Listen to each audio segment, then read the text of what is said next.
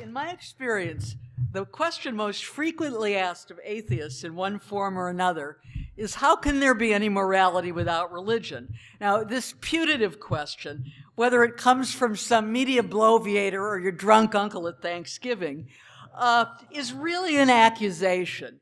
Meaning, if you don't believe in religion, you believe in nothing, so there's nothing to prevent you from doing anything. This, of course, is based on what Rebecca Goldstein laid out for us this noon, the fallacy of denying the antecedent. I never encountered this big question, accusation, in my personal life until my book, Free Thinkers, was published in 2004. I was being interviewed by Michael Medved, one of the many neoconservatives who rediscovered his inner Orthodox Jew along with Ayn Rand as part of his flight from the 60s. And so Medved asked me, what's to stop you from committing murder if you don't believe in God? Now, I must admit I was taken somewhat aback, partly because Freethinkers, which devotes a good deal of attention to the 18th century, has very little to say about atheism. The numerous secularists among the revolutionary founders were not atheists but deists, although deists were often called atheists by their antagonists. But the truth is, I was flummoxed because no one had ever asked me why I didn't go around committing murder. And the question just seems so ridiculous that I blurted out, I have to say, murder, as either the victim or the assailant, has never been on my list of great life experiences I want to have. And it's true. You know, like everyone who's ever been married or in love, the words, "I'd like to kill you," have, I'm sorry to say, escaped my lips. But truly, I only meant it in the spirit of a 6-year-old saying to her little brother, "I wish you were dead," something I also said, I'm afraid. I may have felt strongly enough to voice the sentiment at the time, but I certainly had no intention of doing anything to make it happen. I swear this on the origin of species, really I do. Now, one of the many, many mistakes of Catholic theology is equating a thought with a deed. What's to prevent me from killing anyone, apart from a distaste for blood shared by everyone who isn't a psychopath, is human empathy, plain and simple. I wouldn't like anyone to kill me, and so I can imagine how you would feel if I tried to kill you. It would probably hurt, and at the very least, it would put an end to the consciousness that makes us human. It's the golden rule as expressed by Jesus and Hillel. And one need not believe in life after death or in vengeance from beyond the grave to see the desirability in purely natural terms of not doing unto others as you would not have them do unto you. And that actually is the Jewish formulation as opposed to the Christian, do unto others as you would have them do unto you. Now, the negative Judaic admonition has always made more sense to me because it doesn't rest on the assumption that everyone wants exactly what you want. I mean, your idea of erotic pleasure may involve being tickled by a feather, but that doesn't mean that I want to be tickled. So if you do unto me as you would have me do unto you, you're making an assumption that might get your face slapped or result in an ugh instead of an ah. I should say, though, that this exception only applies to matters of taste and such subjects as sex or food. The golden rule is completely valid for big offenses like murder. To turn this discussion away from the frivolous feather, what people of extreme faith generally mean when they talk about the incompatibility of personal morality and atheism, and of political ethics and secularism, is that secularism makes it more difficult for them to impose their particular brand of religion-based morality on everyone else. For instance, all religious and non-religious societies have prohibitions against murder. They have them for the reason I've already mentioned, that being murdered is not a pleasant experience for anyone. But the murder prohibition also exists because revenge killing is not an effective way of settling the disputes that crop up in any human environment.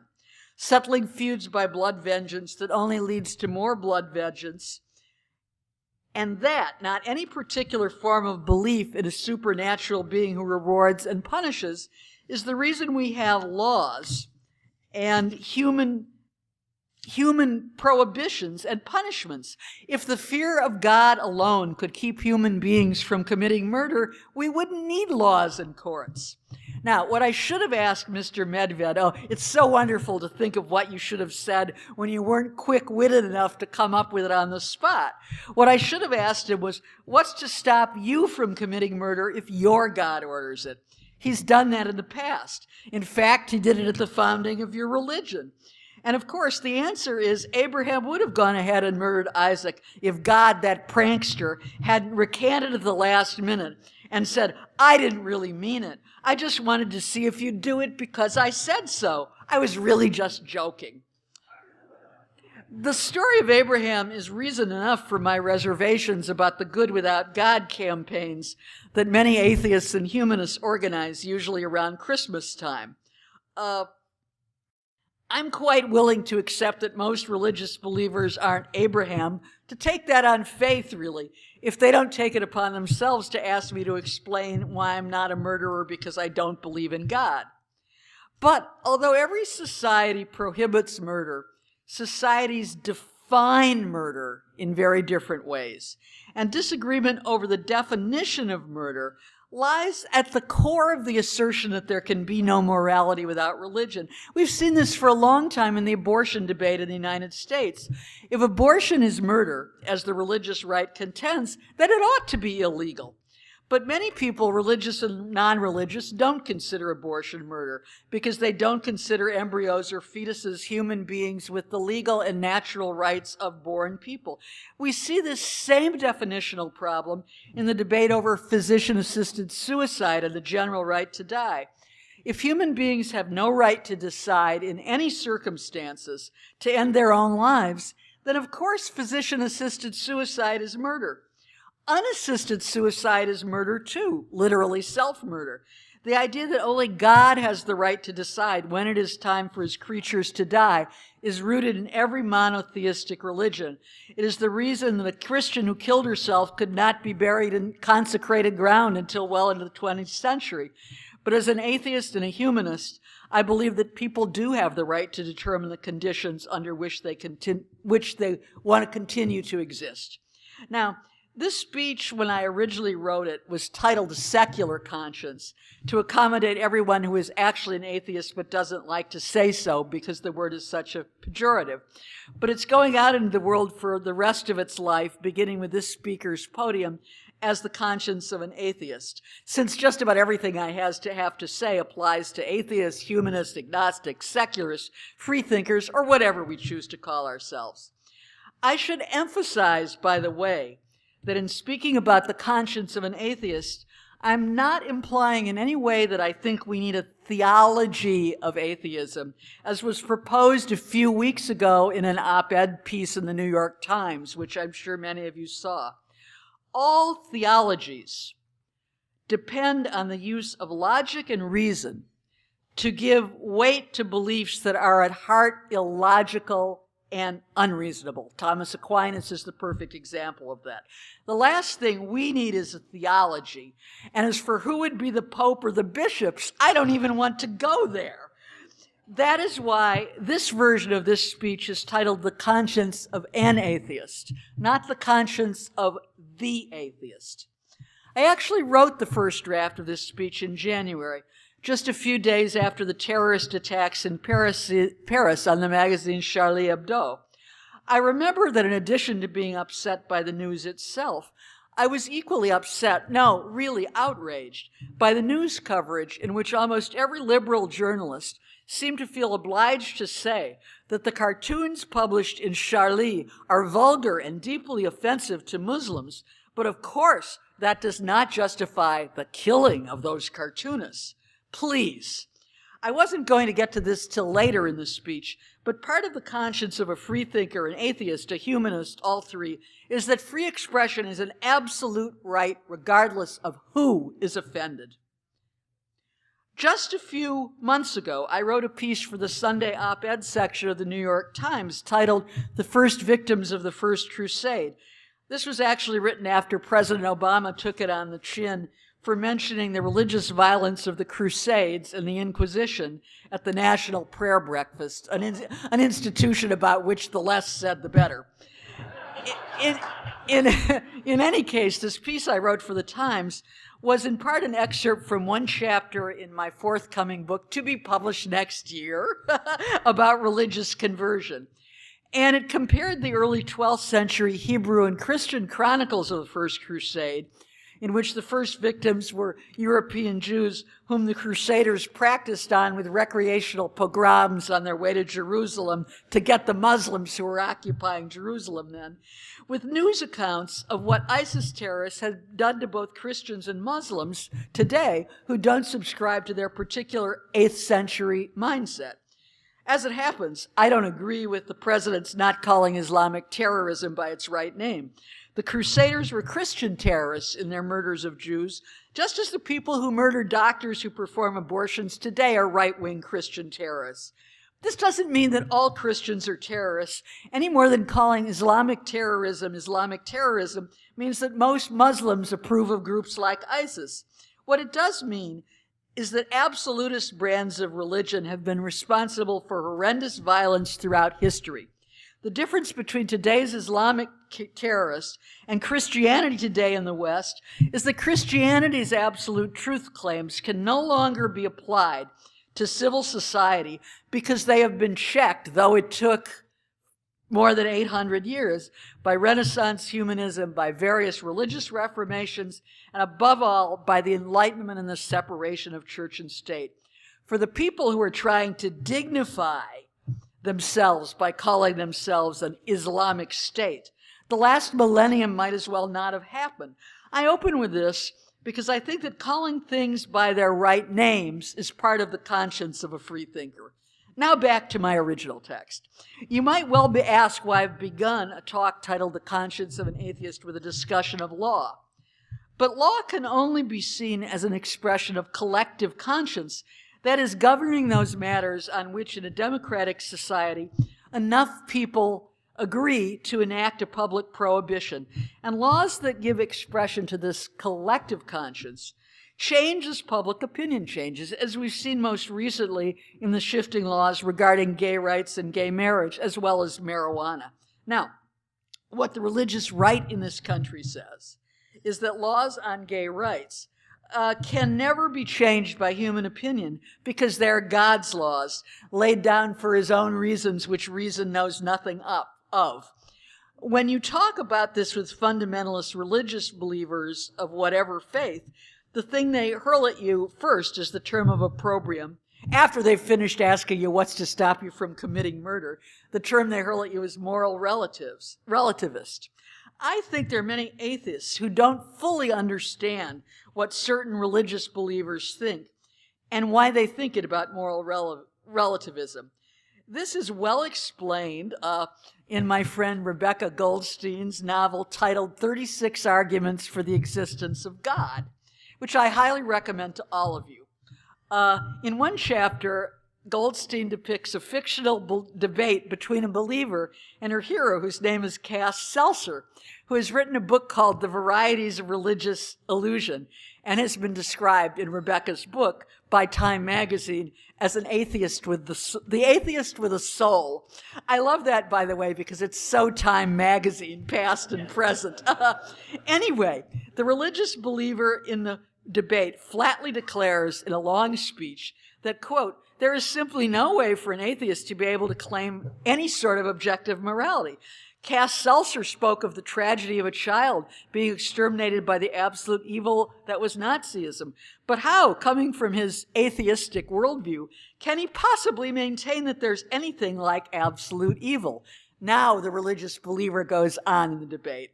Cass Seltzer, of course, is not a Nazi. He has another system from which he judges the Nazis' actions wrong, the suffering inflicted on that child evil.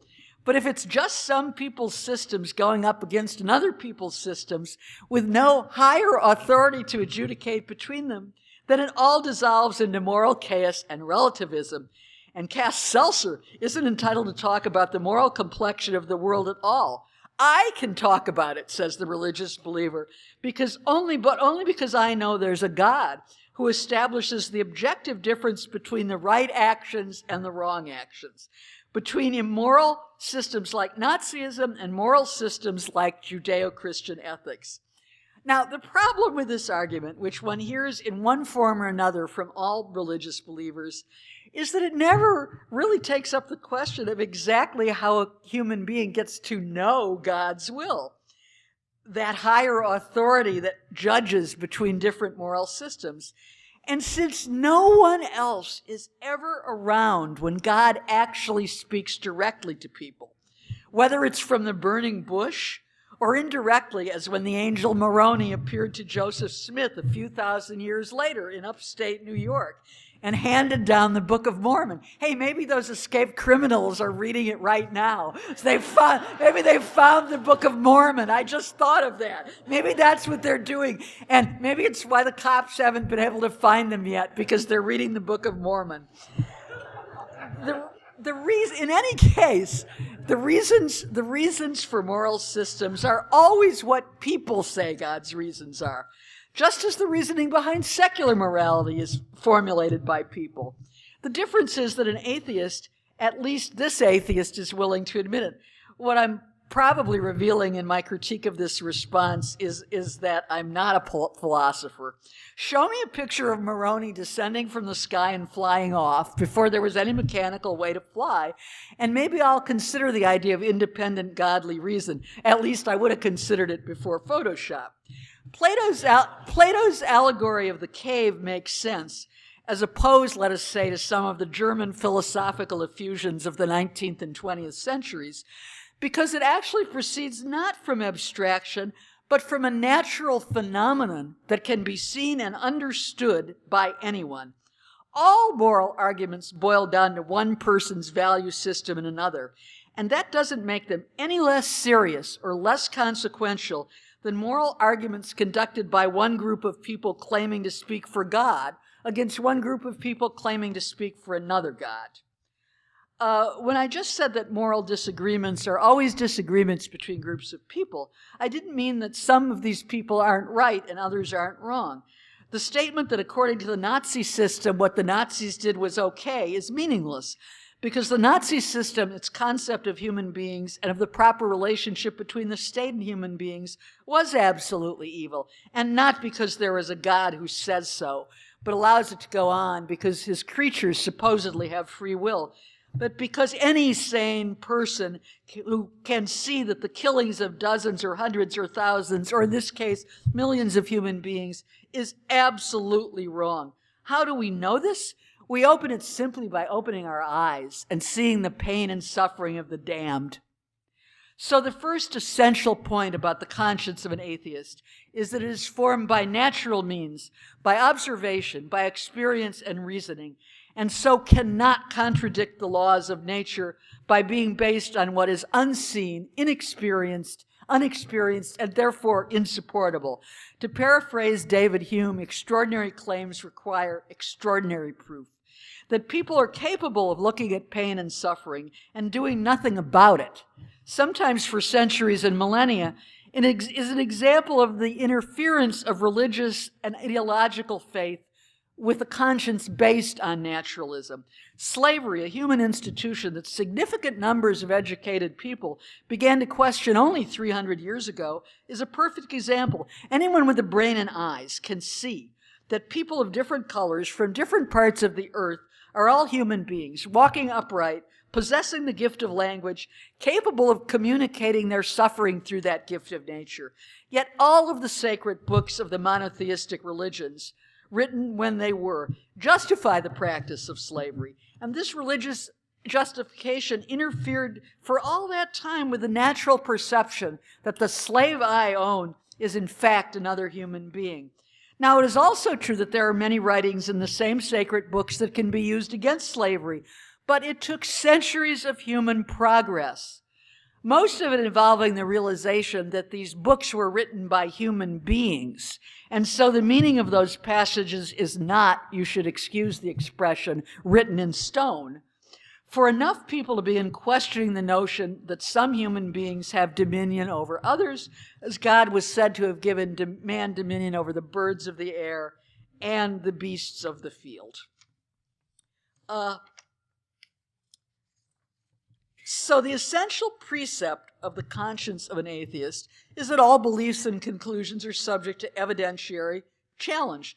Just as I would reconsider if I saw the video of Moroni, if someone does a double-blind study on the possibilities of resurrection and can prove to me that the formerly dead are alive and appearing on both Fox and MSNBC as commentators, well, then I'll have to revive my conclusions about life after death.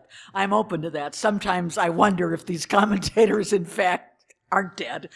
But the premise that all conclusions are open to evidentiary challenge is not moral relativism, because the fact that there is much we don't know is just that, a fact, not a belief. We know a lot more, for example, infinitely more, about humanity's genetic makeup than we did in 1945, the year I was born. Before DNA was unraveled, we certainly knew that some diseases were inherited, based both on observation of diseases that, quote, were said to run in families and on inspired guesses. But we didn't really understand how that worked, and the possibility of intervention was nil. Inevitably, our knowledge of what is and is not genetically inherited has changed our views on moral and legal responsibility. No reasonable person or court, for example, can assign moral responsibility for an impulsive crime to someone who has Huntington's disease, which is characterized by violent impulsivity in the middle stages before the person loses all mental control and is incapable of doing anything. We didn't know that when I was born. The second important premise in the conscience of an atheist, in my view, is that all of us who do not suffer from pathological mental diseases have to act as if we have free will, regardless of whether we really do. I know that some of you in the audience may not agree with me about this, and there are quite a few atheists who disagree with me about this. My friend Sam Harris has been writing, obviously, as most of you know, a good deal about this subject on his blog. And there's no question that neurobiological research is beginning to suggest that our wills are more circumscribed than we like to think. But in terms of the moral issues that we confront every day, the scope of perceived free will is so broad, the field, as they say in physics also, that it almost renders the question meaningless in a practical sense. It is certainly true that the notion that we have no free will, in the very broadest biological sense, is every bit as deep a wound to the human ego as Darwin's theory of evolution was in the 19th century. We all, atheist and religious believer alike, take pride in our concept of ourselves as free agents, able to choose not only between right and wrong, but often more important, between good and the greater good, or between evil and the lesser evil. Whether this pride is or is not justified by science doesn't really matter in my view, because we are all obliged, for the sake of all of the rest of us, to act as if we do have free will. For example, this is rather like the open question of whether human beings are the highest point of evolution, or whether there are creatures out there in the galaxy who are a lot smarter than we are. The scenario in Invasion of the Body Snatchers might be plausible, but it's not really useful for me to keep this information in the forefront of my mind and let it influence my actions, because there's so much I have to do, and so much we humans have to do as a species, whether the body snatchers are on their way or not. And that's pretty much how I feel about the whole free will issue. Do the Nazis have no free will? It really doesn't matter, because we can't live in our world, whether there are other beings in other worlds or not, and permit a system like Nazism or people like ISIS to run things. Now, I'm mindful that free will is the very excuse the religious use to justify the ways of God to man. It lets God off the hook. An atheist doesn't have to let anyone or anything off, because we don't believe the universe is intelligently designed. So we have to take things as we find them and exercise our higher intellectual faculties for what we perceive as the good. Now, there is the most tempting words, I think, in the Christian Bible are Paul's. For now we see through a glass darkly, then face to face. Now we know in part, but then I shall know even as I am known. One of many things Rebecca and I have in common is we both use the King James translation. There's an old American spiritual that says the same thing. Farther along, we'll know more about it. Farther along, we'll understand why. I can easily understand why this belief would provide comfort in the unending ethical dilemmas we face. An atheist must make moral decisions without that comfort. Farther along, I don't think I'll know more about anything because I'll be dead, and the brief span of consciousness that makes up a human life will be extinguished. The reason I am not a moral relativist is that while it is not possible to make a fully correct evaluation of future consequences, that's one of the problems with consequentialism and utilitarianism as a moral basis. It is certainly possible to see what the consequences are and have been of various kinds of moral decisions and systems in the past. We can look, for example, at the lives of women in theocratic Islamist societies and condemn their treatment of women not only on the basis of Enlightenment values, but on the basis of the miserable lives those people lead in those societies. Are these societies prosperous? Are either women or men educated enough to enjoy the benefits and standard of living that people in more secular, aka developed societies enjoy? Does it contribute to personal happiness for a woman to be shut up in the house from childhood, prevented from going to school unless she's brave enough to risk having acid thrown at her, sold in marriage as a young teenager to men who rape her, subject to the death penalty if she falls in love with someone her father hasn't chosen for her? We don't need to know all the future consequences of this sort of ethical system to know what the consequences already are. That is why I have no use at all for what I consider multiculturalist liberals run amok, who say that they have no right to make judgments about other cultures and religions. Sure, we do. We can make judgments about what they've done already.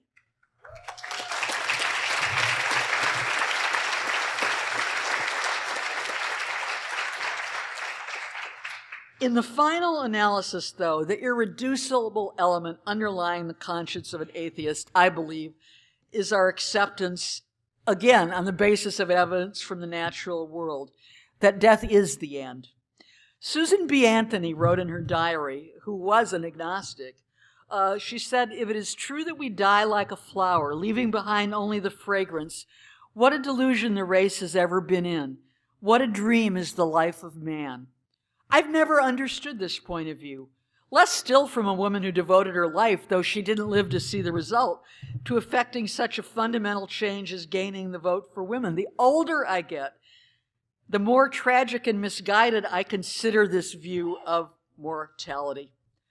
I am now, those of you who have heard me, what if we do die like a flower and leave a decidedly transient scent behind? It's much better than leaving a stench behind, even though the stench is too temporary unless it was exuded by beings of worldly influence.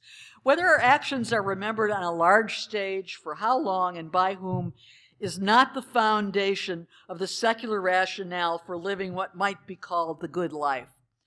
Now, those of you who have heard me speak before know I rarely talk about my personal life.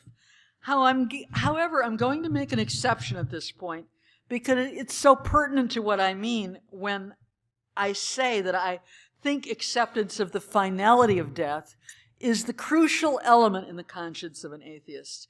7 years ago, my longtime partner died of cancer.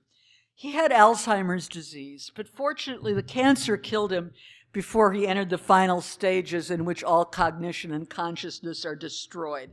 God, that prankster again. During the last months of his life, I often wrote him letters because he found it easier to absorb things written down than spoken. This isn't true of everyone with Alzheimer's, but it was true of him. Here is an excerpt from a letter I wrote him after we had gone to a movie, after it turned out, as it turned out, the last movie he would ever see. I'm quoting from myself now. "Only a few weeks ago, when we saw the movie starting out in the evening, the one starring Frank Langella, I was deeply moved by the line in which he was describing his love for his former life. She lived in my heart, the character said, and I never found that again. Well, you're the only person who's ever really lived in my heart, and that will be true long after you have gone, until my last moment of consciousness on this earth. We don't believe in life after death, you and I, and we know we're not going to meet someday in a place with puffy clouds and harps, although if there were such a place, I would like Harpo Marx playing the harp. We had just seen some Marx Brothers movie, too. We have no children together, so the memory of the love we share won't go on in that way either. But I deeply believe that love is never wasted, and whatever good comes from it, we have somehow passed on to others, in everything from books to perhaps a greater tenderness than either of us might have shown without the other.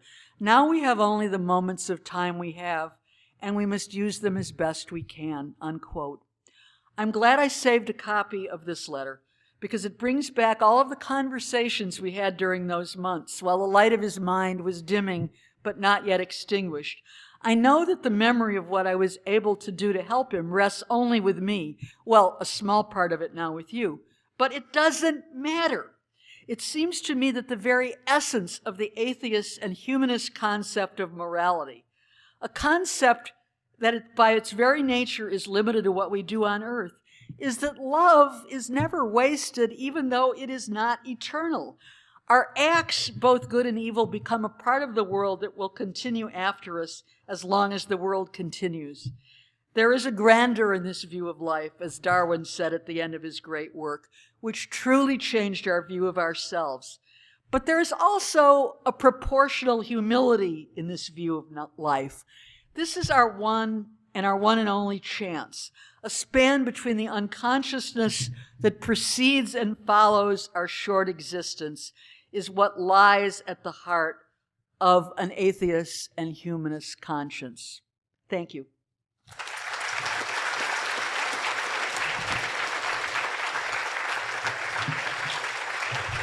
Thank you.